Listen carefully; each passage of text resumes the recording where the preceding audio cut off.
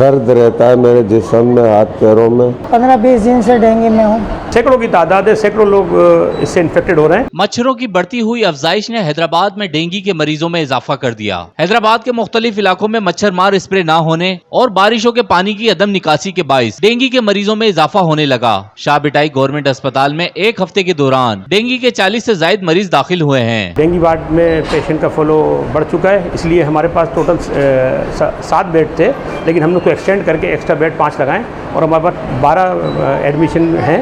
इस वक्त 6 मेल और 6 फीमेल हैं। इस महीने सबसे ज़्यादा हमारे पास पेशेंट आए और वो हैं 42, जिसमें से 28 मेल और 14 फीमेल हैं। मरीजों का कहना है कि हमारे इलाकों में मच्छर मार स्प्रे न होने की वजह से डेंगू का मर्ज तेजी से बढ़ रहा है, जिसकी रोकथाम के लिए अब तक कोई इकदाम नहीं किए गए। जब से बारिश हुई है, जब से अभी तक पानी नहीं निकला है।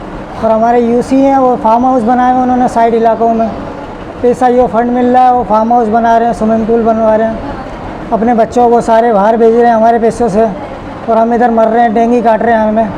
हमारे मोहल्ले के अंदर ही 20 अफराद हैं जो डेंगू के हैं। मुझे जब बुखार चढ़ा ना तो एक दिन घर में पड़ा रहा, दूसरे दिन पड़ा रहा, फिर हॉस्पिटल आया, फिर उन्होंने मुझे मलेरिया का टेस्ट लिख के दिया, वो सही आया। फिर मेरे को डेंगू का टेस्ट लिख के दिया, फिर मुस्तफ़ा गुलाम जो उधर नहीं बैठते, फिर ये डॉक्टर ज़िशान है, इनसे भी इलाज चल रहा है मेरा। डॉक्टर्स का कहना है कि शहर में मच्छर मार स्प्रे और सफाई सुथराई के इंतजामात को यकीनी बनाकर डेंगू जैसे मौजी मर्ज से बचा जा सकता है। कैमरामैन अदनान के साथ रेहान गनी, पासपान न्यूज, हैदराबाद।